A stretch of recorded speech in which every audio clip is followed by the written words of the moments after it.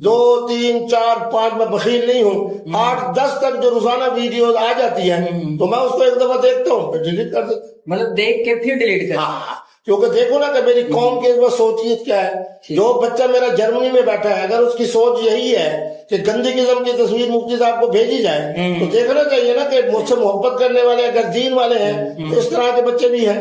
بالکل ایسے ہی ہے۔ تو مفتی صاحب اپنے اس طرح کے فینس کو منع کیوں نہیں کرتے؟